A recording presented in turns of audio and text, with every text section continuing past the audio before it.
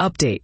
Would I be the asshole for planting prickly bushes in my front yard to keep the neighbor's kids off my property? About a week after my initial post, I decided to take action. I planted a wall of blackberries and raspberries on both sides of my garden, just a short distance from the edge to avoid any overhanging branches. On the inside, I added strawberries and tomatoes. To reach those tomatoes and strawberries from the driveway, you had to either go through the berry bushes or walk around my house and along the side, right by my windows. It wasn't something you could do by accident.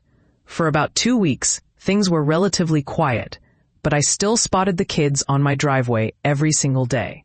Thankfully, they didn't enter my garden anymore, so I thought the bushes were doing their job. Then, berry season arrived.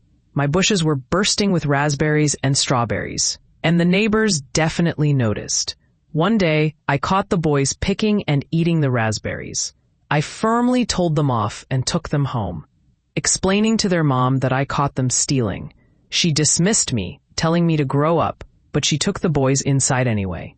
After that, things calmed down until yesterday afternoon.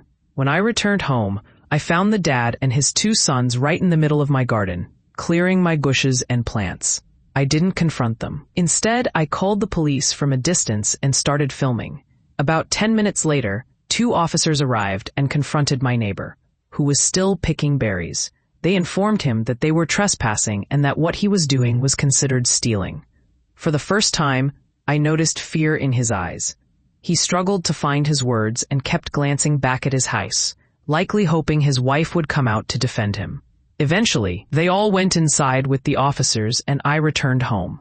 Later, the cops came back to ask if I wanted to press charges.